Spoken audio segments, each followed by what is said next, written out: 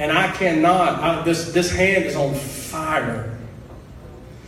But I'm laying there and I'm in a paper gown.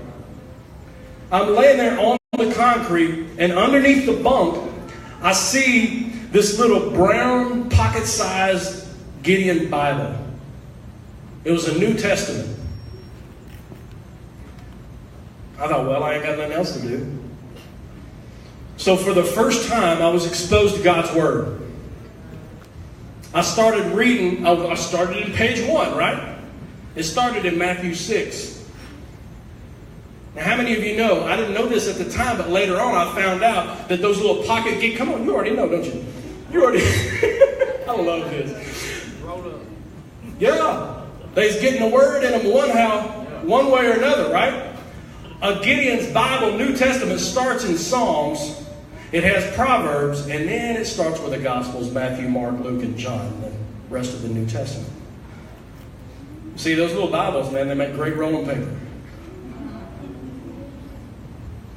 Anyway, so I was insane. I started reading God's Word. Now, I didn't have no lightning, flash, or thunder or anything like that. 92 days in the hole. I get put back in general population, right?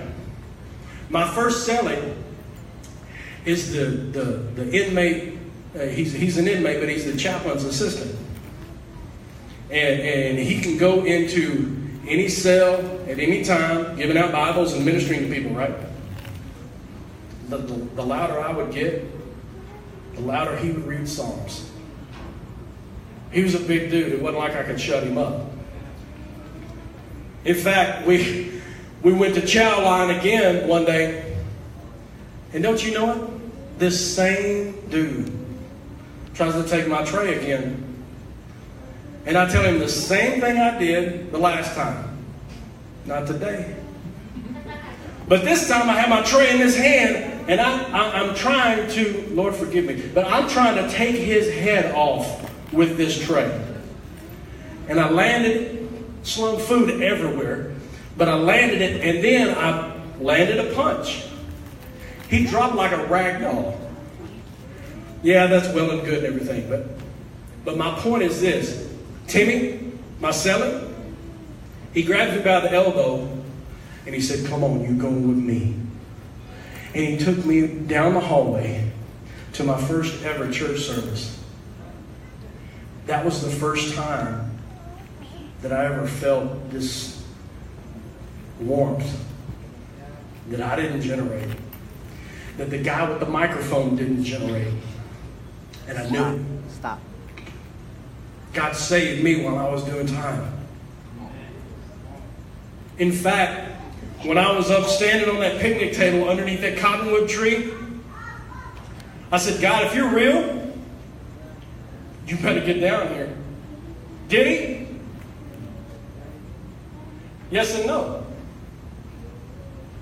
Laying there in that paper gown in sag, looking at underneath that bunk and finding that Bible. Was he there? Yes. When I got out of prison, I didn't have any money. I didn't have an education. Didn't have a job. Had 2 felonies in my background. Was he there? Of course he was. I went to Bible college. I got to work and clean toilets in a church. Straighten up chairs. Pick up gum wrappers. Ever since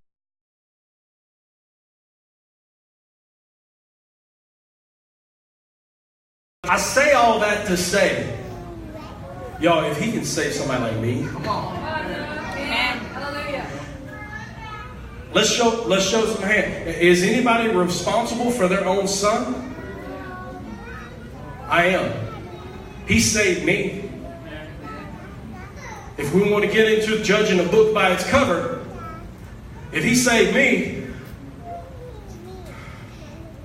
I know he can save y'all. Amen. I don't know what you're facing today.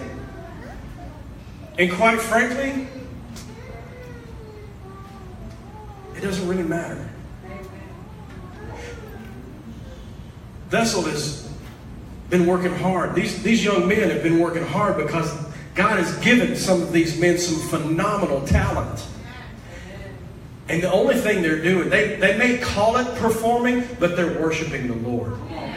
They're offering their best before the Lord, and you just happen to witness it. You just happen to be in the same room while it's happening. My question to you is, what has God uniquely gifted you to do? How are you applying that in your everyday life? That's my challenge to you today.